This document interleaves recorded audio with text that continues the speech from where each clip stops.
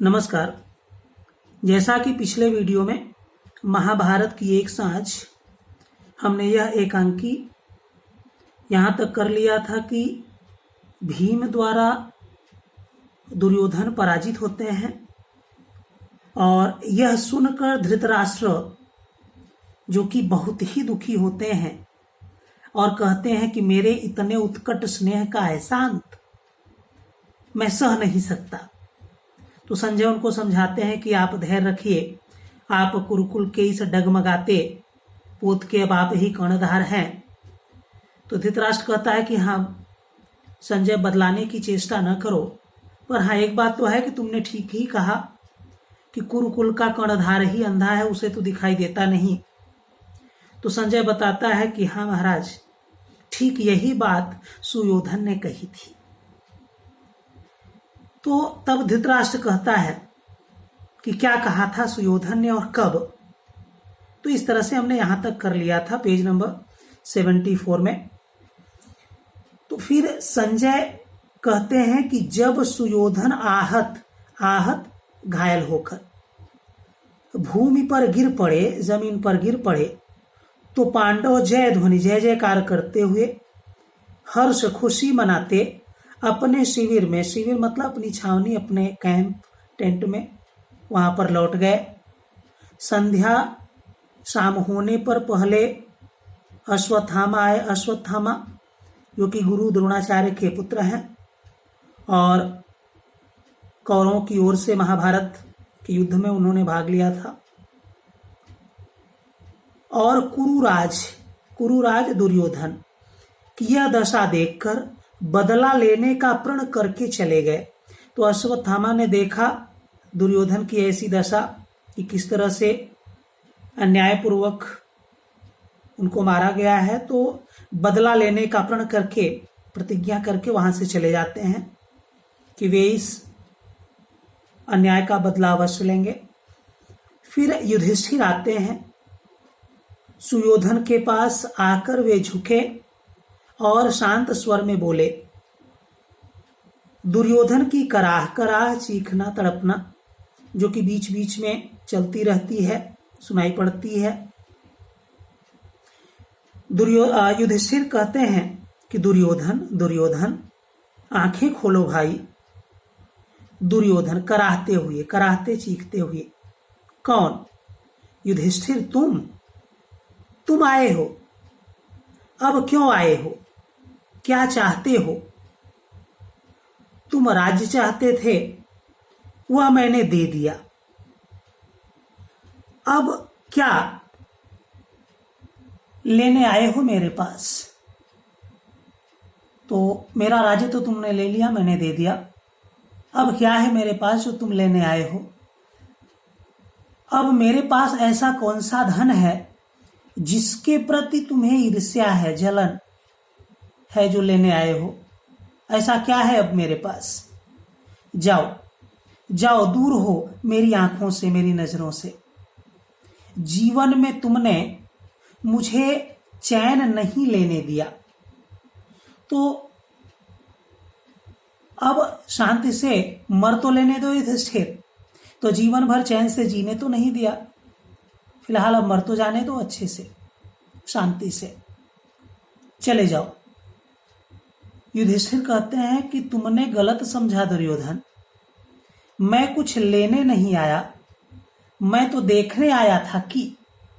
वे कुछ कहना चाहते हैं युधिष्ठिर, पर उनकी बात बीच में ही काटकर दुर्योधन कहता है कि अंतिम समय में किस तरह निस्सहाय, लाचार, असहाय, निर्बल, कमजोर पशु की भांति, पशुओं जानवरों की तरह तड़प तड़प कर दम तोड़ रहा हूं, यही देखने आए थे।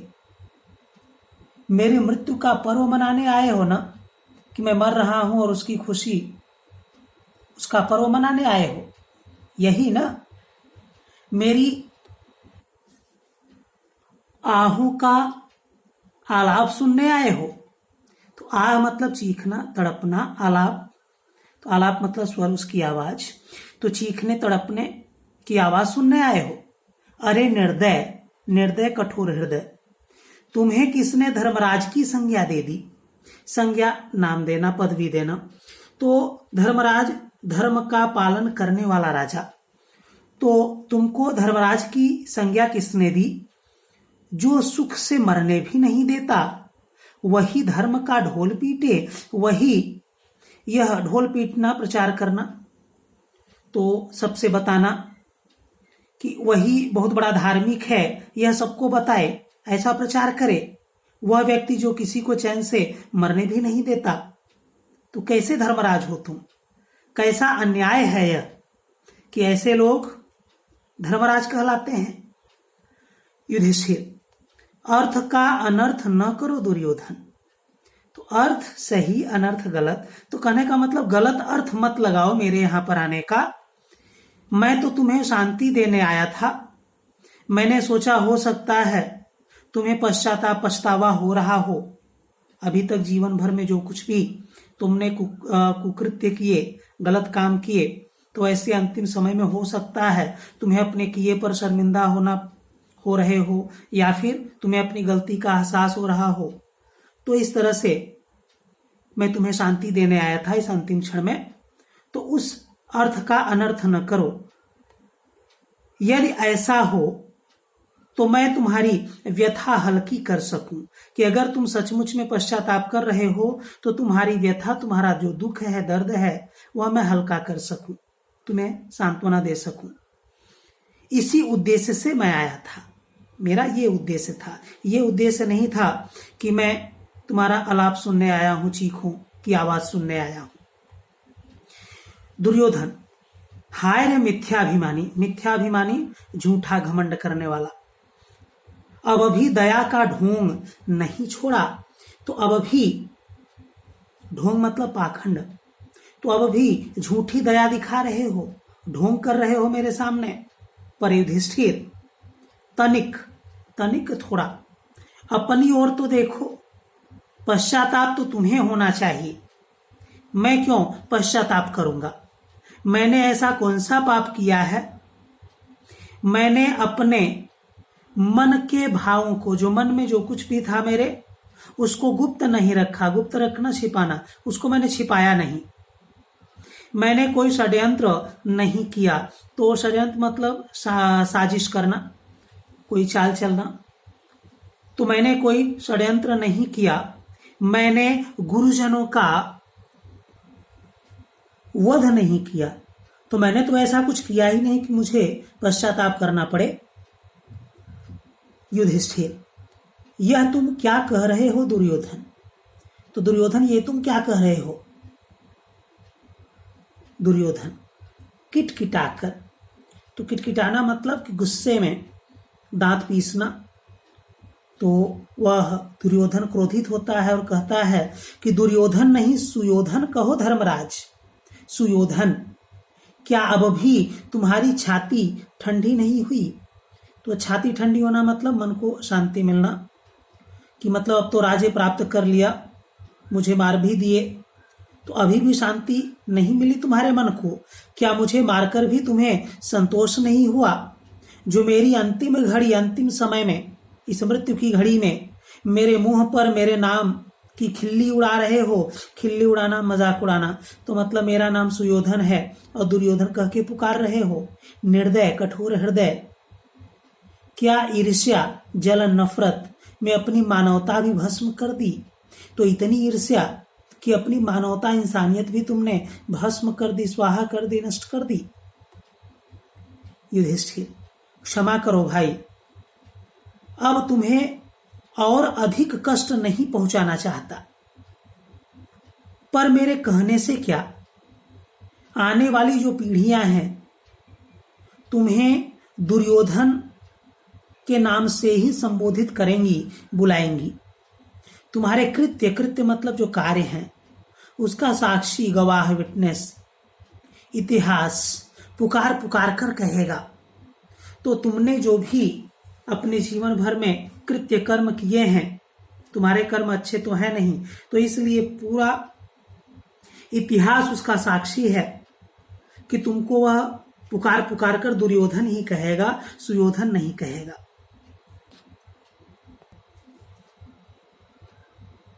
दुर्योधन, मुझे दुर्योधन कहेगा यही ना?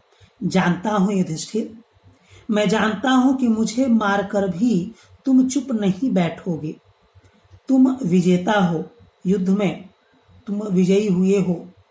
अपने गुरुजनों और सगे संबंधियों के शोणित, शोणित मतलब रक्त खून, कि गंगा में नहाकर तुमने राज मुकुट धारण किया है।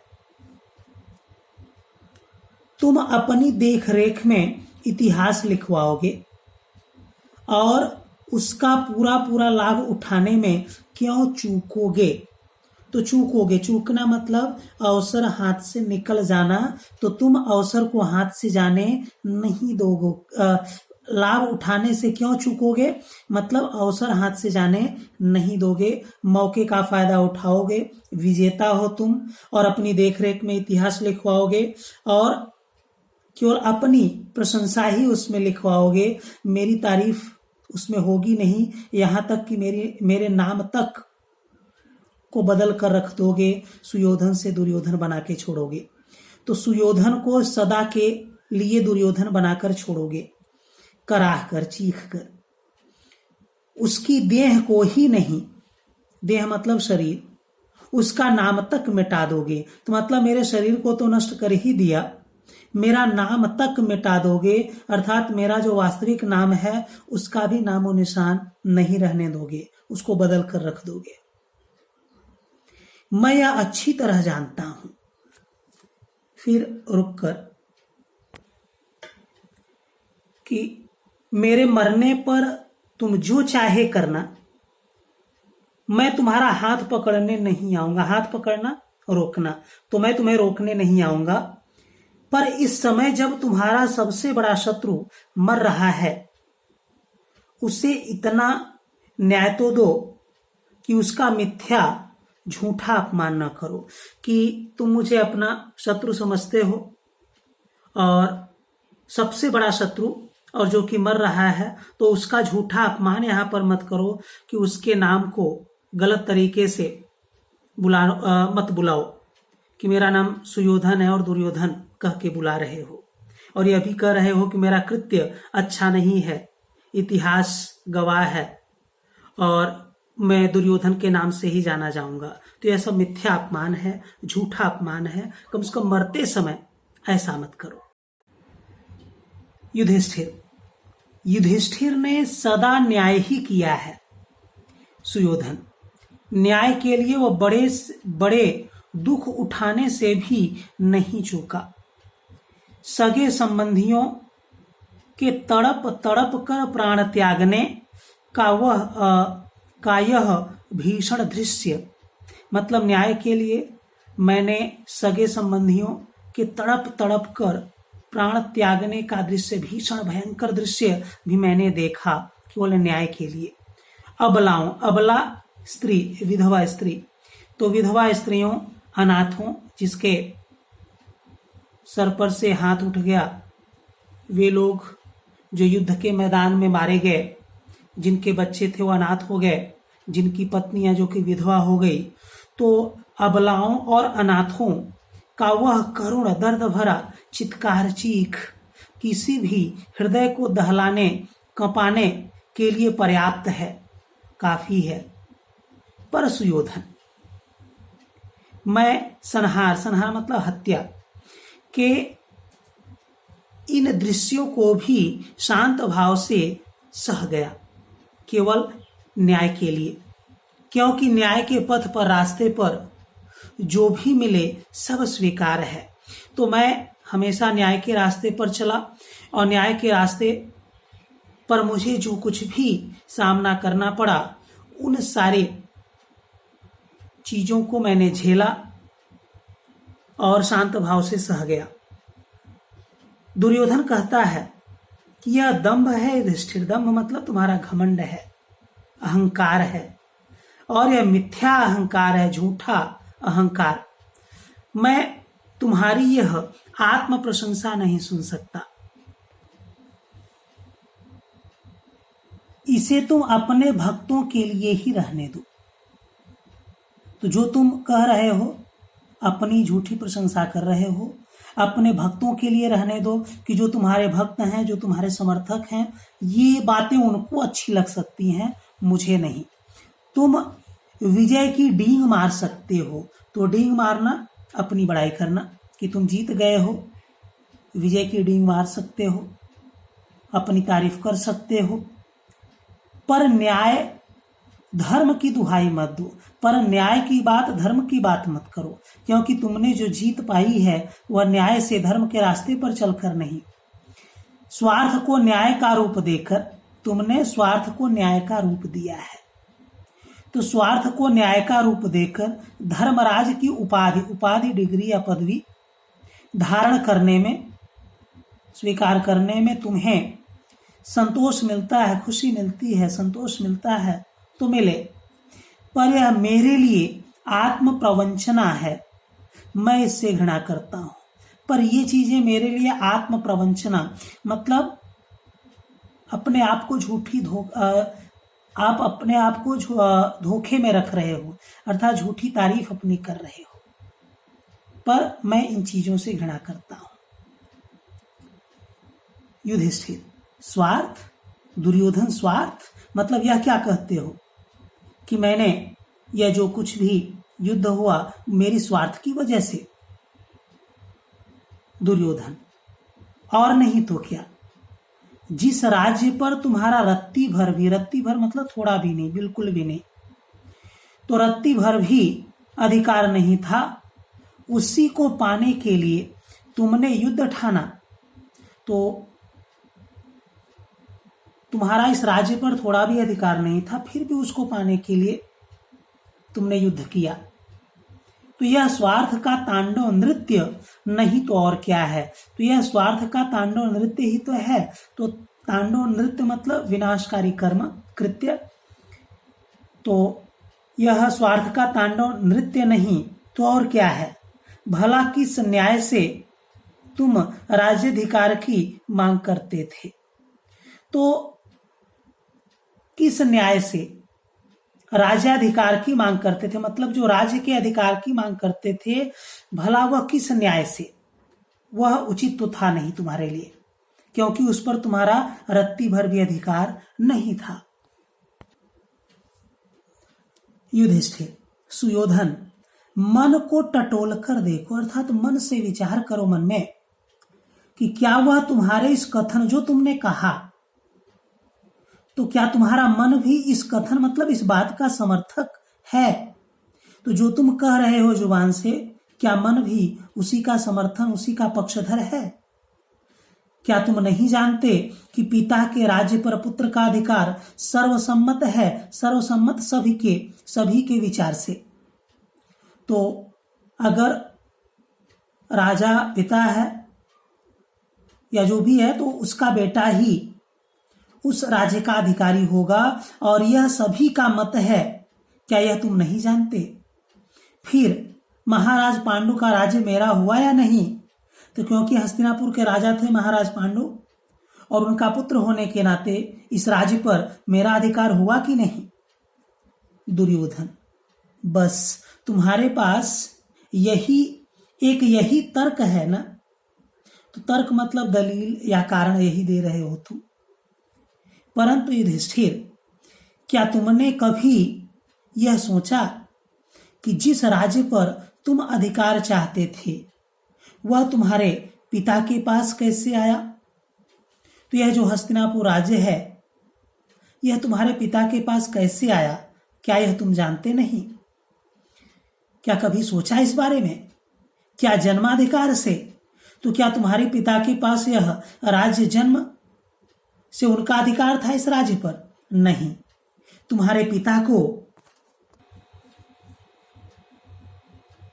राज्य की देखभाल का कार्य केवल इसलिए मिला कि मेरे पिता अंधे थे। तो जन्म से राज्य पर तुम्हारे पिता का अधिकार नहीं था, बल्कि इसलिए मिला क्योंकि मेरे पिता धृतराष्ट्र अंधे थे। राज्य संचालन में, राज्य की देखभाल में उन्हें असुविधा होती, परेशानी होती, क्योंकि वे अंधे थे, अन्यथा नहीं तो उस पर तुम्हारे पिता का कोई अधिकार न था, नहीं था। वह मेरे पिता का था। तो इस राज्य पर अधिकार मेरे पिता का था जन्म से। युधिष्ठिर कहता है कि यह तो ठीक है, पर एक बार चाहे किसी भी कारण से हो, जब मेरे पिता को राज्य मिल गया, तब उनके पश्चात, उनके बाद उस पर मेरा अधिकार हुआ या नहीं, क्या राज नियम यह नहीं कहता? तो राज नियम, नियम जैसे आज के जमाने में संविधान है, बिल्कुल उसी तरह उस समय के राजनीति शास्त्र में ये सारे जो भी नियम थे कि अगर कोई एक व्यक्ति राजा हुआ किसी भी कारण से, तो उसके बाद उस पर उसके पुत्र का अधिकार होगा। तो वही बात युधिष्ठिर कहते हैं कि राजनियम भी यही कहता है। दुर्योधन कहता है कि राज नियम की चिंता कब की तुमने, अन्यथा नहीं तो इस बात के समझने में क्या कठिनाई थी कि तुम्हारे पिता के उपरांत राज्य पर मूल अधिकार मेरे पिता का ही था। तो जब तुम्हारे पिता नहीं रहे, तो फिर उस सिंहासन पर, उस पर अधिकार मेरे पिता का हुआ, और वह जिसे चाहते व्यवस्था के लिए उसे सौंप सकते थे, दे सकते थे। तो अगर राजनियम की चिंता करते तो यह बात समझने में तुम्हें कठिनाई न होती, पर तुमने राजनियम की चिंता ही कहाँ की। युधिष्ठिर, यह केवल तुम्हारा निजी मत है, तो यह तुम्हारा खुद का अपना विचार है। आज तक किसी ने भी इस प्रकार का कोई संदेश प्रकट नहीं किया, अर्थात किसी ने भी ऐसा नहीं कहा जो तुम कह रहे हो। पितामह भीष्म, महात्मा विदुर, कृपाचार्य अथवा स्वयं खुद महाराज धृतराष्ट्र ने भी कभी ऐसी बातें नहीं की कि इस राज्य पर मेरा अधिकार नहीं। तो ये सब जो है, जैसे पितामह भीष्म, तो पितामह भीष्म ये राजा शांतनु और नदी गंगा के 8वें पुत्र थे और देवव्रत के नाम से भी जाने जाते थे।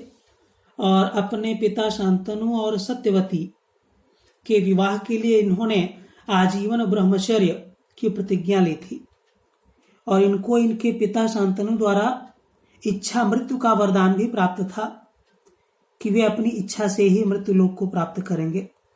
और ये जो महात्मा विदुर थे, तो विदुर जो कि महामंत्री थे हस्तिनापुर के, और धृतराष्ट्र और पांडु के भाई भी थे, दासी पुत्र थे वे। और कृपाचार्य हस्तिनापुर के कुल गुरु थे। और तो ये सब ने भी कभी इस तरह की बात नहीं की, इस तरह का संदेह भी प्रकट नहीं किया कि हस्तिनापुर राज्य पर मेरा कोई अधिकार नहीं है। तो दुर्योधन कहता है कि यही तो मुझे दुख है युधिष्ठिर, कि तथ्य तक पहुंचने की किसी ने भी चेष्टा नहीं की। चेष्टा मतलब होता है कोशिश, प्रयास करना, और तथ्य वास्तविकता, सच्चाई, यथार्थ।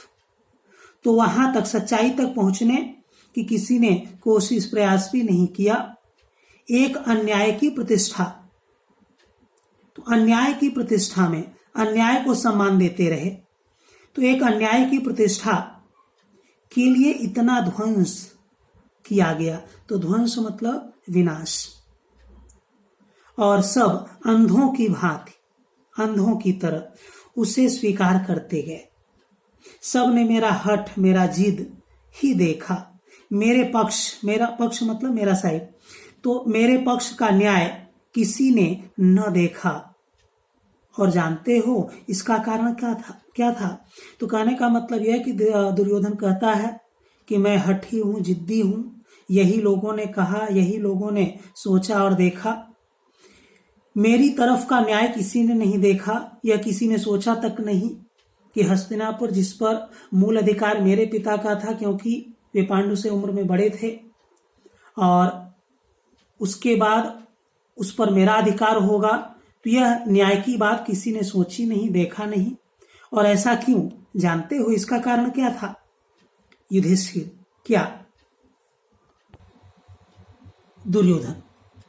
सब तुम्हारे गुणों से प्रभावित थे, सब तुम्हारी वीरता से डरते थे।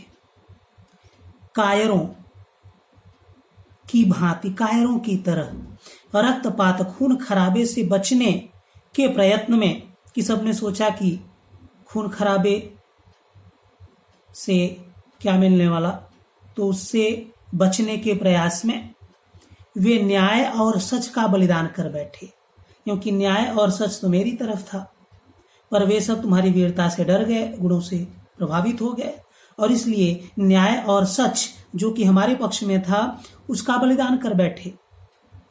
वे यह नहीं समझ पाए कि भय, डर जिसका आधार है, जिसका सहारा है, अर्थात डर के दम पर हम जो भी, वह शांति स्थायी नहीं हो सकती। तो मतलब अगर जो शांति भय के दम पर है, या उसका आधार, उसका सहारा अगर भय है, तो ऐसी शांति स्थायी नहीं हो सकती। तो स्थायी होना मतलब स्थिर होना, परमानेंट होना। युधिष्ठिर, गुरुजनों पर तुम व्यर्थ बेकार में ही कायरता का आरोप कर रहे हो। यदि मेरे पक्ष में न्याय न होता तो कोई भी मुझको राज्य देने की मांग क्यों करता? तो न्याय मेरे पक्ष में था, इसलिए लोग मुझे राज्य देने की बात कर रहे थे। अगर तुम्हारे पक्ष में होता न्याय, तो मुझे भला क्यों राज्य देने की बात करते? तो तुम जो है व्यर्थ में गुरुजनों पर और अपनों पर व्यर्थ में कायरता का आरोप लगा रहे हो। दुर्योधन, तभी तो कहता हूं युधिष्ठिर कि स्वार्थ ने तुम्हें अंधा बना दिया है। तुम कुछ देख नहीं पा रहे कि न्याय किधर है और अन्याय किधर। अन्यथा इतनी छोटी सी बात क्या तुम्हें दिखाई न पड़ जाती कि जितने धार्मिक और न्यायी व्यक्ति थे, धर्म का साथ देने वाले और न्याय करने वाले व्यक्ति, सब ने इस युद्ध में, इस महाभारत के युद्ध में सब ने मेरा साथ दिया है। यदि न्याय तुम्हारी ओर था, तुम्हारी तरफ था, तो फिर भीष्म, पितामह भीष्म, द्रोण, गुरु द्रोणाचार्य जो कि कौरव और पांडवों के गुरु थे, कृपाचार्य हस्तिनापुर के कुलगुरु, और अश्वत्थामा गुरु द्रोणाचार्य के पुत्र, तो ये सब जो कि धार्मिक और न्यायी व्यक्ति थे, ये सब मेरी ओर से क्यों लड़े? क्या वे जानबूझकर अन्याय का साथ दे रहे थे? तो क्या वे जानते थे, यह जानकर भी, कि मैं अन्याय के मार्ग पर चल रहा हूं, फिर भी वे मेरा साथ दे रहे थे? तो ऐसा तो नहीं हो सकता। यहां तक कि कृष्ण जैसे तुम्हारे परम मित्र ने भी मेरी सहायता के लिए अपनी सेना दी। तो कृष्ण की जो नारायणी सेना थी, वह कौरवों के पक्ष से युद्ध कर रही थी, और कृष्ण जो थे वे पांडवों के साथ थे, और उन्होंने यह भी कहा था कि वे पांडवों के साथ रहेंगे, बस वो अस्त्र उठाएंगे भी नहीं। तो और कृष्ण जो कि महाभारत के पूरे युद्ध में वे अर्जुन के सारथी बनकर रहे, तो उनकी सेना जो कि कौरव के साथ से लड़ी थी, कौरव की तरफ से, तो वे चतुर थे। कौन? कृष्ण। दोनों पक्षों से मैत्री मित्रता रखना ही उन्होंने अच्छा समझा, और इसलिए मुझे सेना दे दी। ऐसा क्यों हुआ? बोलो। तो ऐसा क्यों हुआ मतलब कि ये सब जो धार्मिक और न्यायी व्यक्ति थे, ये सब मेरी तरफ से लड़े, और तुम्हारे जो परम मित्र कृष्ण थे, उन्होंने भी अपनी सेना मुझे दे दी मेरी सहायता के लिए। तो ये सब क्यों हुआ? बोलो। इसलिए ना कि न्याय वास्तव में मेरी ओर था, तो न्याय मेरी तरफ था, इसलिए इन सब ने मेरा साथ दिया। तो इतनी छोटी सी बात तुम्हें दिखाई न पड़ जाती? क्यों नहीं पड़ी दिखाई? क्योंकि स्वार्थ ने तुम्हें अंधा बना दिया है। युधिष्ठिर, सुयोधन, मैं तुम्हें सांत्वना देने आया था। तो सांत्वना, दिलासा देना, तसल्ली देना, विवाद बहस करने, विवाद करने या झगड़ा करने नहीं। मैं तो तुम्हारी पीड़ा, तुम्हारे दर्द को बांटने आया था, क्योंकि तुम चाहे जो समझो, मेरी इस बात का तुम विश्वास करो कि मैं इस रक्तपात के लिए, रक्तपात खून खराबे के लिए तैयार न था। मेरी इच्छा यह कदापि कदापि बिल्कुल भी नहीं थी कि यह रक्तपात हो, यह महाभारत का भयंकर युद्ध हो, इतने सारे लोग मारे जाएं। तो यह मेरी इच्छा बिल्कुल भी नहीं थी, तुम मेरी बात का विश्वास करो।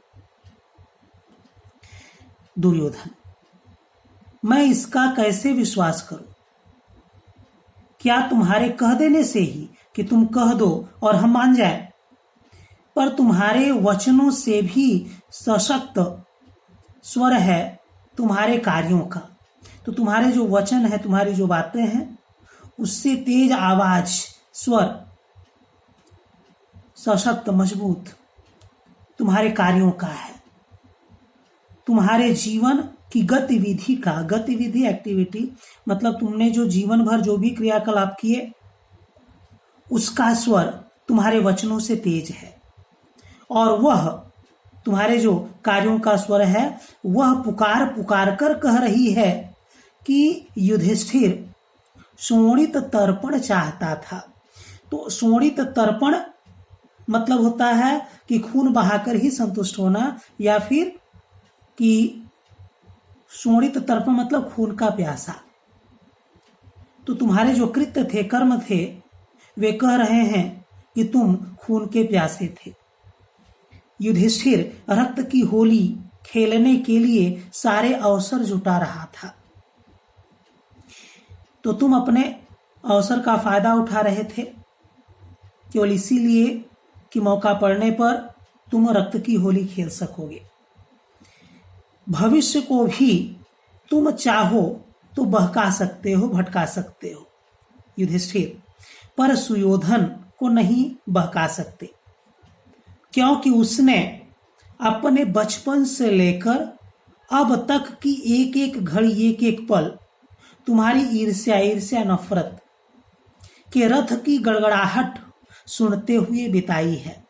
तो कहने का मतलब कि दुर्योधन कहता है कि वह अपने जीवन का, बचपन से लेकर अब तक, मतलब एक एक पल उसने महसूस किया है कि तुम उससे ईर्ष्या करते थे। तो उस ईर्ष्या के रथ की गड़गड़ाहट को सुनते हुए बिताई है। तुम्हारी तैयारियों ने उसे एक रात भी चैन से नहीं सोने दिया। तुम्हारी तैयारियां किस बात की? युद्ध करने की तैयारी। तो युद्ध होगा, महाभारत का युद्ध होगा, तुम्हें पहले से पता था।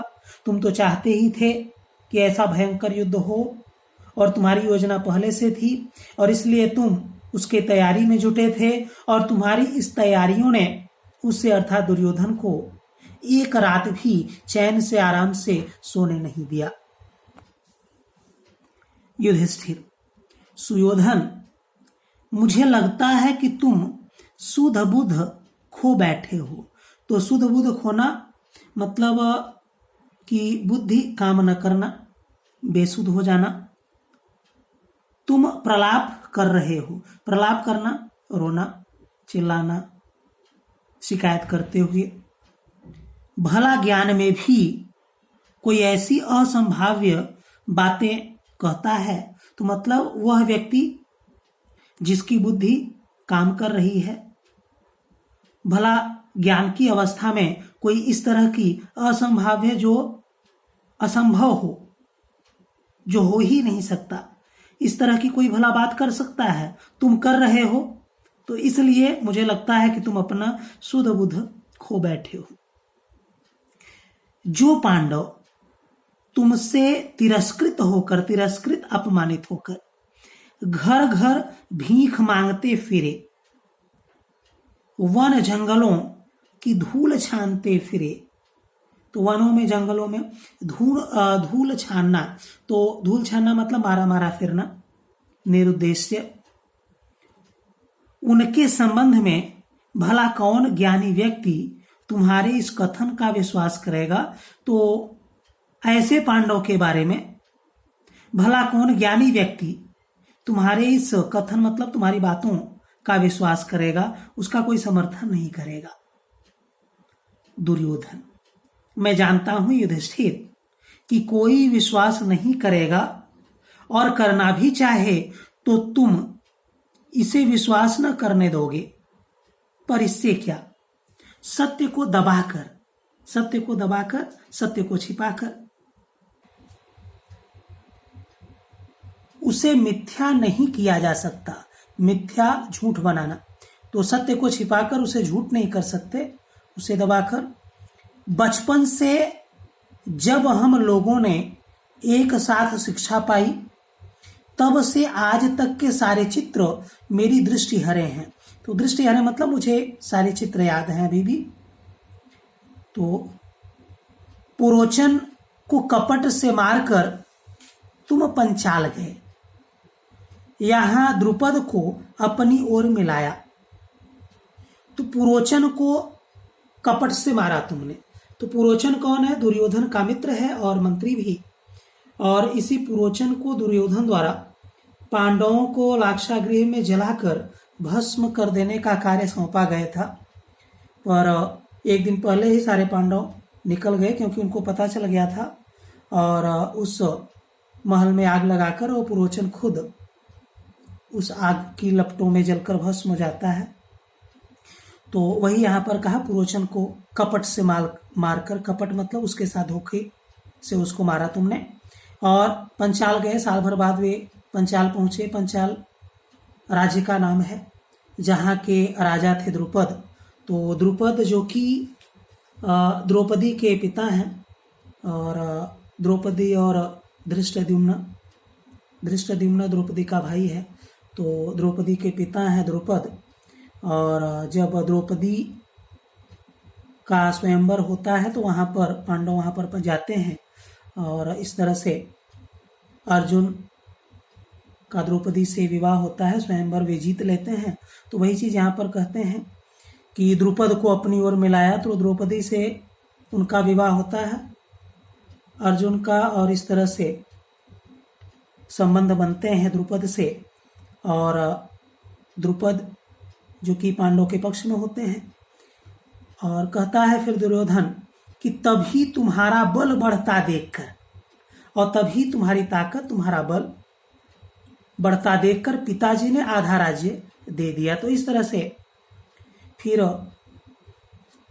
धृतराष्ट्र ने हस्तिनापुर के 2 टुकड़े किए।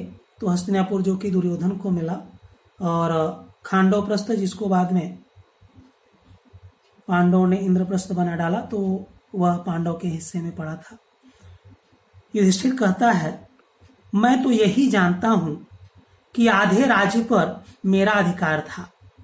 कि ठीक है, चलो पूरा न सही, पर आधे राज्य पर तो मेरा अधिकार था ही, यह मैं जानता हूं।